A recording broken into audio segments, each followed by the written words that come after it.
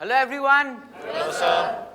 So, the topic for today's session is constraint-based DI, which is basically deals with optimization scenarios. Though this is not exactly a broad topic in DILR, the reason for having this one-off session is because if you look at the last few years of CAT, this has been a very common question in the DILR section. So basically what happens here is they give you a list of constraints which you need to meet after understanding what are the constraints in such a manner that all the constraints are met, and yet at the same time the particular objective that you have in mind is met as well. This is exactly something which during your MBA you will be understanding in a subject called operations research, which exactly deals with optimizing or maximizing on a particular attribute while ensuring that all the other constraints that are required in maximizing are met. One simple example for this would be something which we had discussed in one of the sessions earlier regarding the cutoffs of every college.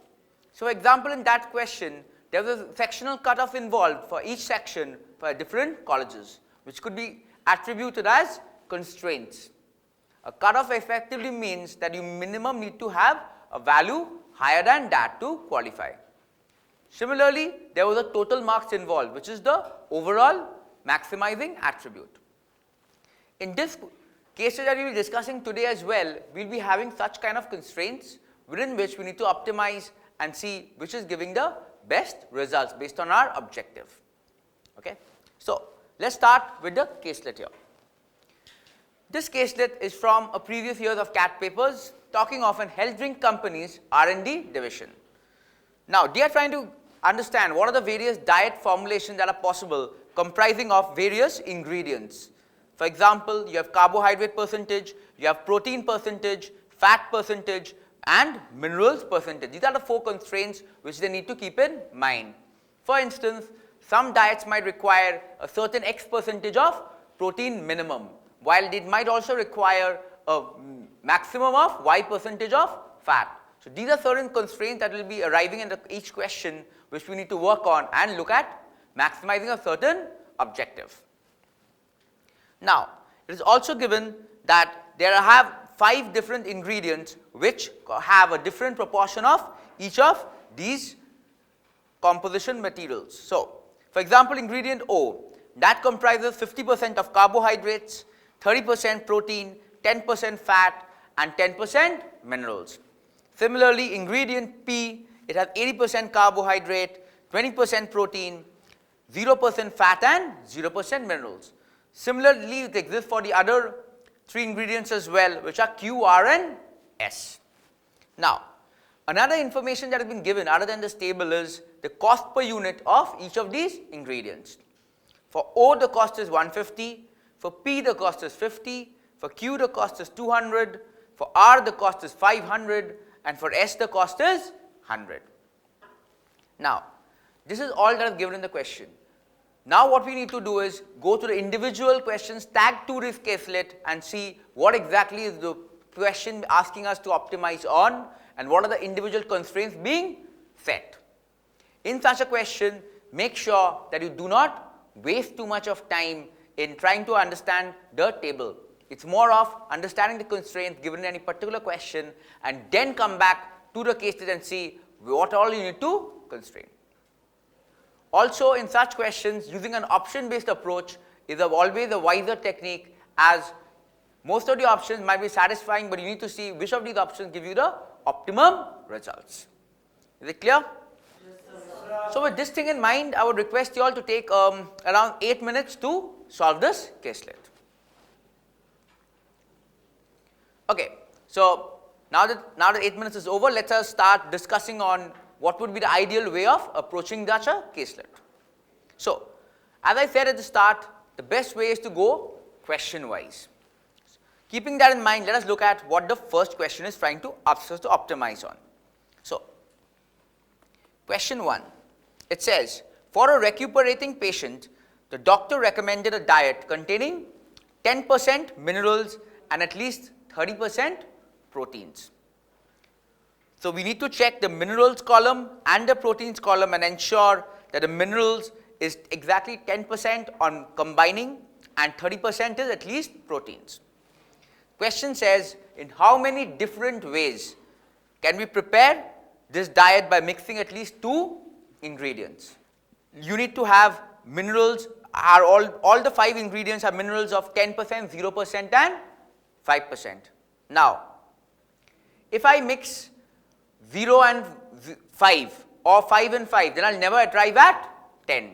The only way I can arrive at a ingredient percentage of minerals being 10 by combining 2 ingredients can happen if I take those which have 10%. Let's say you are taking 100 grams of ingredient R, which is 5%, right? So, in 100 grams, what amount of minerals are there in R? You'll have 5 grams. 5%.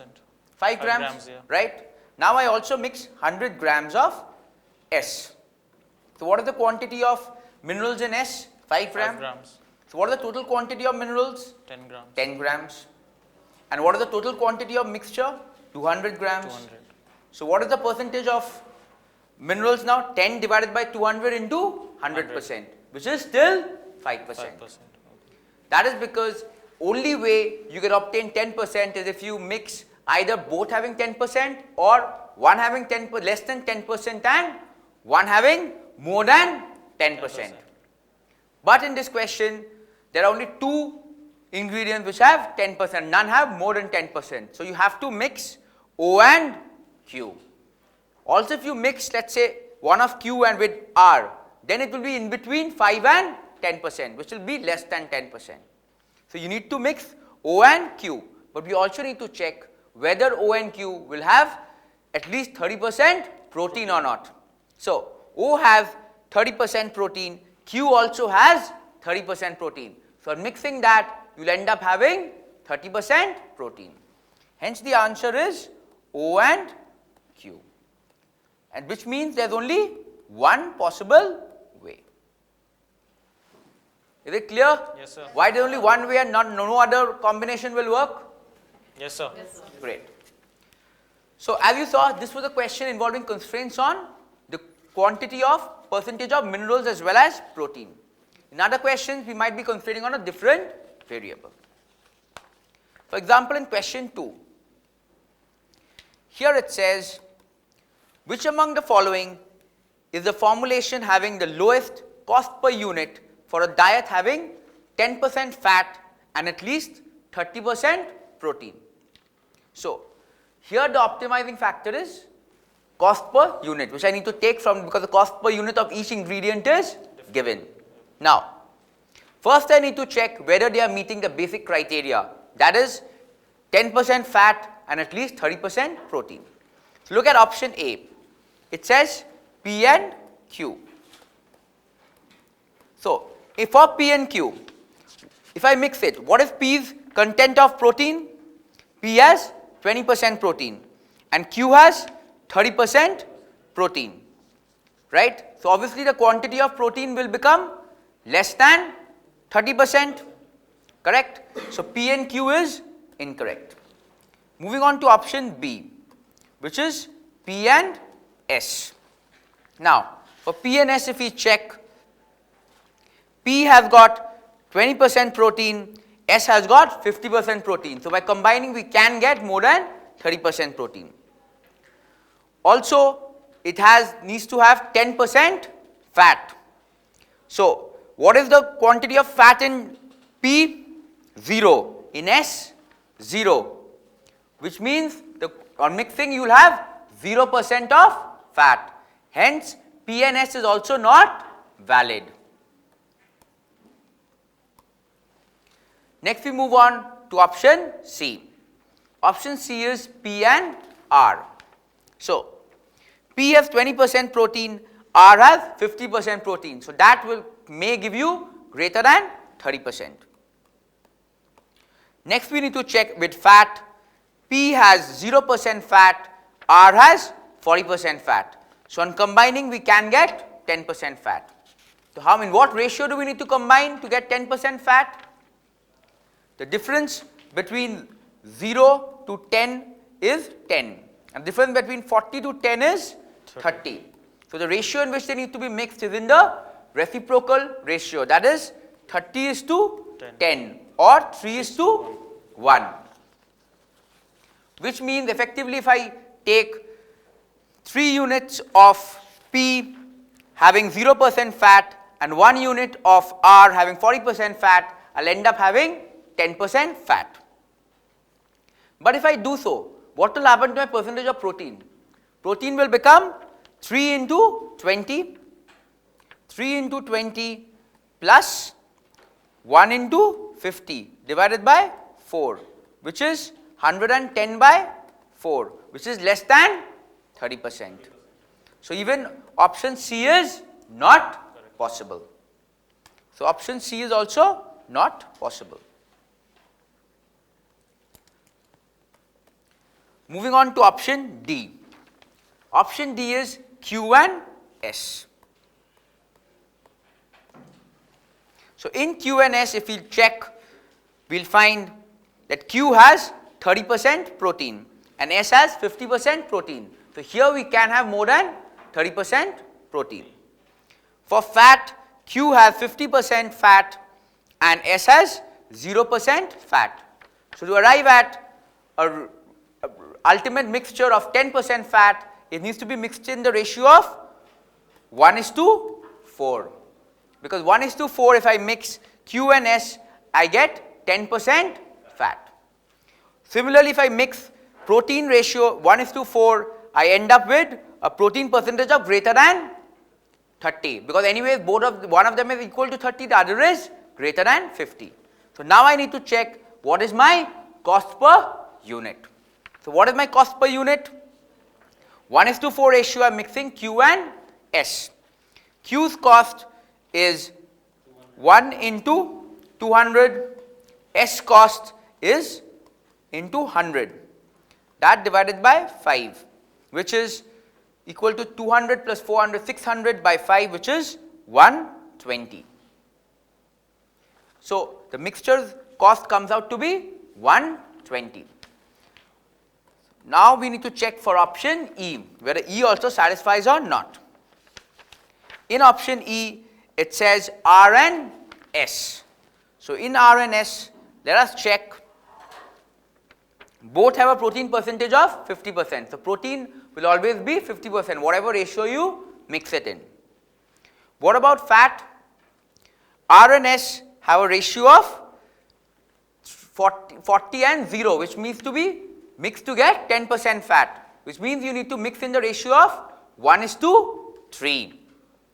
1:3, which means R must be in 1 and S is 3. So that is 1 into 500 plus 3 into 100 divided by 4, which is 500 plus 300, 800 by 4, which is 200. Now, we've got two options which are satisfying the constraints. Given the constraints, we needed to optimize on the lowest cost per unit. For option D, the cost per unit is 120. For option E, the cost per unit is 200. So the answer is option D. Is it clear to everybody why option D? Yes, sir. Is it also clear how we went about the option-based elimination based on the constraints? Yes, sir. Because this is the basic key required to solve such constraint-based DI questions. So, now let us look at question 3 and 4. In question 3, it says, in what proportion P, Q and S should be mixed to make a diet having at least 60% carbohydrate at the lowest cost per unit. So again, the ultimate objective is lowest cost per unit, but also at the same time there is one constraint that it should have at least 60% carbohydrate. So option A says mixing in the ratio of 2:1:3. Now, if we mix P, Q and S in the ratio of 2:1:3, we need to get how much percentage carbohydrate? At least 60%. So what is 2 into 80 plus 1 into Q, that is 1 into 10 plus 3 into 45.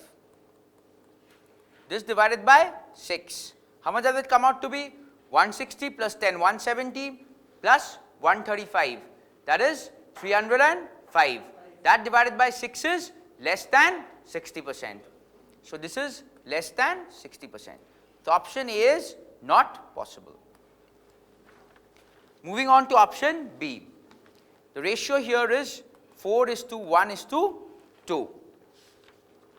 Now, here what we have done is we have basically increased the percentage or proportion of P, which is the one which has a high percentage of carbohydrate. So 4:80 plus 1:10 plus 2:45 divided by 7. So that comes out to be 320 plus 10, 330 plus 90, that is 420 by 7, which is exactly 60. So this one is possible. Now what we need to do is, since it is possible, we need to check the cost per unit. So what is the cost per unit? 4 into 50, that is 200 plus, so 4 into 50 is the cost per unit, plus 1 into 100, 1 into 200, because the price of Q is 200, plus S is 100, so 2 into 100 divided by 7, which comes out to be 200 plus 200, 400 plus 400, 200, 600 by 7. Moving on to option C. Option C is 2:1:4. Here, as you can see, this is very similar to the option A. The only difference is I have increased the proportion of S. In option A, I have already seen that it is becoming less than 60%. And now if I increase S, which has a carbohydrate percentage of 45%, I will end up with an even less percentage of carbohydrate, which means I do not need to check with option C. That is definitely less than 60%. What I am doing here, basically I am saving time in unnecessarily checking with option C. Moving on to option D. Option D is 3:1:2. So 3 into 80 plus 1 into 10 plus 2 into 45 by 6. That comes out to be 240 plus 10, 250 plus 90, 340 by 6, which is again less than 60%. Which means option D is also incorrect. So far we have only got one valid scenario, B, and we are remaining with checking for option E. Option E is 4:1:1. Do I need to check again for option E where it is greater than 60%? No, because I have already checked in option B that in 4:1:2 scenario, it was greater than 60, it was equal to 60%, right? Which means if I am reducing the proportion of S, increasing the others, that will obviously be having greater than 60%. So this is definitely valid as far as the 60% clause. Also, now I need to compare the lowest cost per unit between B and E. What am I doing in E effectively is I am decreasing the proportion of S. And what is the value of S? 100. In B, I had already found the average cost is 600 by 7, which is approximately 83 rupees. From that, if I am removing a sample of 100 rupees, that means I am removing a costlier sample, which means my price will further go down. Hence, you could have straight away marked the answer to be option E. However, let's still find out what is the price of option E. 4 into 80 plus 1 into 10 plus 1 into 45 divided by 6. That comes out to be 320 plus 10, 330 plus 45, 375 by 6, which comes out to be 62.5%. So as you can see, in this question, we could have optimized the number of calculations that we were doing instead of doing unnecessarily continuous calculations for every option. Is question 3 clear to everybody? Yes, sir. Great. Now let us go into question 4. So question 4 is talking about launching a balanced diet. Now balanced diet is implying a 30% each of carbohydrate and protein. So you have two constraints already. You need to have at least 30% of carbohydrate and protein. Also, you cannot have more than 25% fat. So carbohydrate and protein should be greater than equal to 30%. For fat, this has to be less than equal to 25%. And at least 5% minerals, which means greater than equal to 5% minerals. Now the question is asking, which of the following combinations of equally mixed ingredients is feasible? Equally mixed ingredients means in the same proportion 1:1. So let us look at the options one by one. The first option is O and P. So if I look at O and P, in O and P, the carbohydrate percentage is 50 and 80. So mixing it, you will be having greater than 30. But the protein percentage in O and P is 30 and 20. So mixing it will become 25, which is less than 30. Hence option A is incorrect. Similarly, looking at option B. Option B says R and S. In R and S, if we look at R and S row, carbohydrate percentage is 5 and 45. The average of that is 25%, which is less than 30. So even option B is incorrect. So moving on to option C, which is P and S. If you look at P and S row, we find that P has carbohydrate 80 and S has 45. So adding that, you will add more than 30% carbohydrate. On taking proteins, you have 20 and 50. On mixing that, you get 35. Again more than 30. Looking at fat, the fat percentage is 0 and 0, which is less than 25. Also satisfying. Minerals is 0 and 5. So on mixing that, you will end up having 2.5% minerals, which is less than what is the desired, which means P and S will also not be the answer because they have less percentage of minerals than 5%. Moving on to option D, Q and R. In Q and R rows, carbohydrate percentage is 10 and 5. So mixing that, carbohydrate percentage will be 7.5, which is much less than 30%. So even D is incorrect. Now moving on to option E. Some of you might just think, that since we already eliminated A to D, then E has to be the answer. However, in such questions, I would ask you to once again check whether E is the correct answer or not. The reason being, you might have made a calculation mistake in one of A to D as well. So look at question E, option E. It says O and S. If you look at O and S row, we find that both have carbohydrate percentage greater than 30. Also the protein is 30 and 50, which give a combined protein percentage of 40%, which is more than required.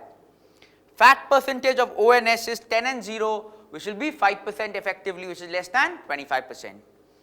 And also the mineral percentage is 10 and 5, which on combining will give you 7.5%, which is greater than 5%. Which means O and S is correct. O and S satisfying all the 4 constraints, which is why option E is the correct answer. Is it clear, everybody? Yes, sir. So, in such constraint-based DI, the approach that we are using is what you should be doing in your exam. Understand the table first and then straight away go to the questions. Understand basically 2 broad objectives. One is, what is the optimizing parameter that we need to focus on? And second is, what are the constraints provided? First, try to eliminate options based on the given constraint. Check if 1 or 2 options are satisfying all the given constraints. After those options which are satisfying, only for those compute the optimizing parameter. Like we did for some questions where there were more than 1 which are satisfying the constraints, we check for lowest cost per unit. This kind of a question, as I said at the start, is something which has become very common in recent years in CAT, which is why I would say, and these kind of questions can only be improved through practice. And what most students end up making mistakes in the exam is they end up forgetting to check on 1 or 2 particular constraints. In case you're given n number of constraints, make sure you're checking out on all n of them. Which is why try and check the constraints as sequentially as possible. But at the same time, minimize the unnecessary need for undue long calculations. Is it clear, everybody? Yes, sir. So in the next class, we'll be dealing with a different concept of DILR, which will be cubes. So till then, thank you, everybody. Thank you, sir.